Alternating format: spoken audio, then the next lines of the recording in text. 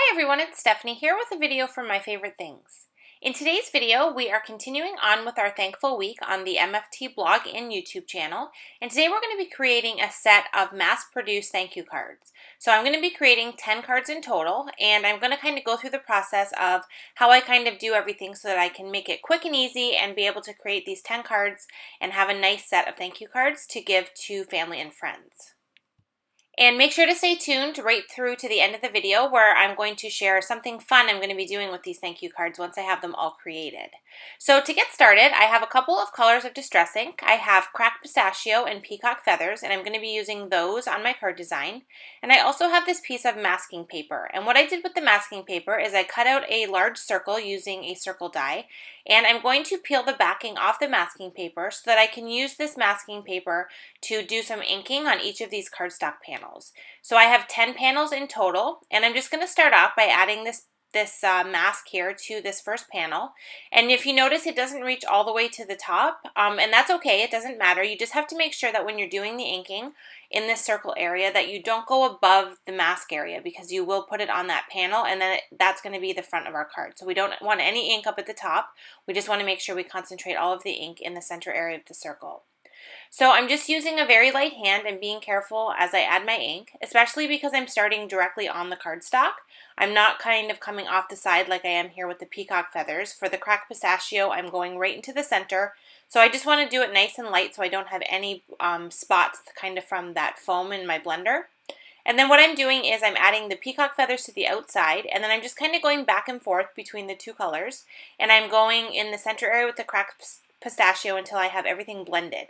And you can see I get this really great kind of an ombre look. I get the nice darker color of the peacock feathers on the outside of the circle area, and then I get the lighter greenish minty color on the inside of the circle. It's just a great way to add some definition and interest to a plain inked panel, because the difference in the color on the outside versus the inside really gives it some dimension and detail. So when I do any type of mass-produced cards, I like to do each step one at a time. So I like to take all of my card panels, which I've already cut them all down, and I like to just kind of move the mask from panel to panel and continue to add the color in the circle area on all 10 of my panels. And then when I have those complete is when I move on to the next step. So I just went ahead and did all of those circle areas on 10 panels, and now we're going to move on to step 2 for this card. So what I've done is I've taken a piece of cardstock. This is just an old piece of cardstock that I had, and I cut the same circle shape out of the cardstock. Now you can do this with a mask again if you want, but I actually find doing it with cardstock is a lot easier and allows you to really reuse the mask area, and it doesn't take a lot of time because you're not actually sticking it down.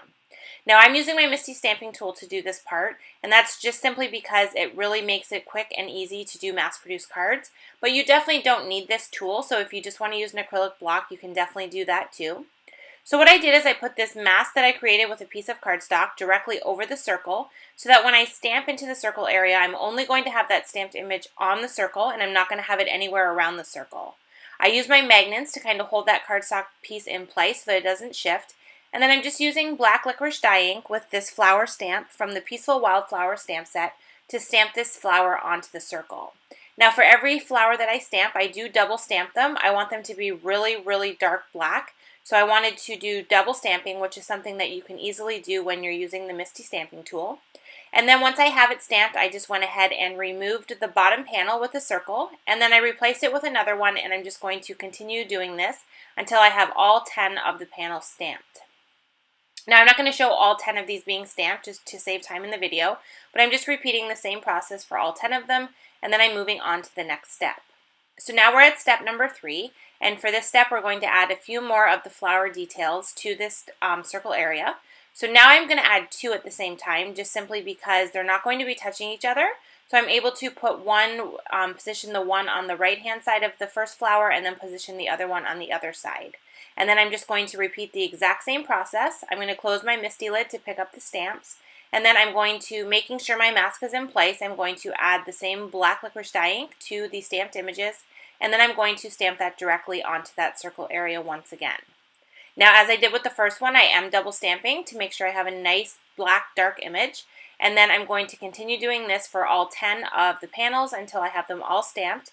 And then I can move on to the next step, which is going to be a stamping of one more flower image just to kind of fill up that circle area.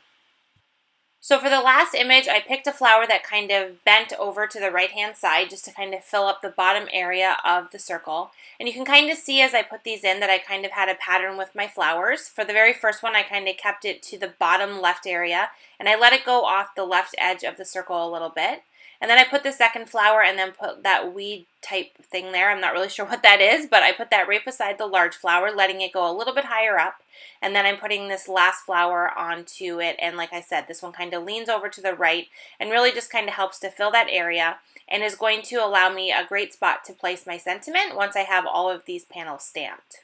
So like I mentioned before, using the cardstock is what really makes it quick and easy as the mask, because I'm not having to kind of fight with the masking paper and lift it up and down, since it only needs to be kind of sitting on here to prevent me from stamping on the outside of the circle. You can definitely use the cardstock for this mask versus the masking paper. Now to do my sentiment, I have this A Million Thanks sentiment stamp from the Essential Sentiment stamp set, but I only wanted to use the thanks. So rather than having to deal with masking off the first part of the sentiment, I just used my scissors and cut the sentiment in half, and I'm just going to use the thanks word on these designs.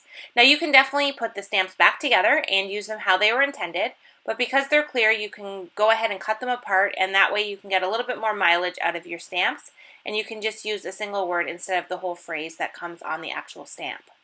So I'm doing the exact same process one more time. I'm just taking the sentiment stamp there. I've already positioned it where I want it, and I'm just going to take my panel and add them in there and just stamp this repeatedly until I have all 10 panels done.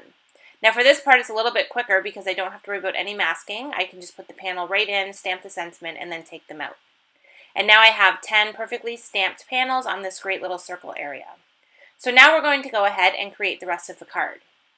So I have some pattern paper here from the Fun and Frolic 6x6 paper pad, and I just want to use a piece of the gray striped paper here, and I want a thin strip of it to put onto the side of the card. So what I did is I cut out 10 strips of the striped cardstock. I also cut out 10 strips of copper sparkle cardstock. I love the warmth of this sparkle. And then I also created 10 top folding white card bases. So now I have everything in front of me that I need to fully adhere all of these cards and get them all finished. So now, like I did with the rest of the steps, I'm going to pick one item at a time, and I'm going to add it to all 10 of the cards, and then I'm going to move on to the next one. So first off, we're going to take the gray striped pattern paper, and I'm going to add it directly onto the right-hand side of my card bases. Now I'm just using my tape runner to do this, and all of these strips are going to be too long for the card design since they are 6 inches long. So I'm going to adhere them all onto the 10 cards first, and then I'm just going to take my scissors and I'm going to trim off the excess, and then I have all of these card bases ready to go with the stripe pattern detail.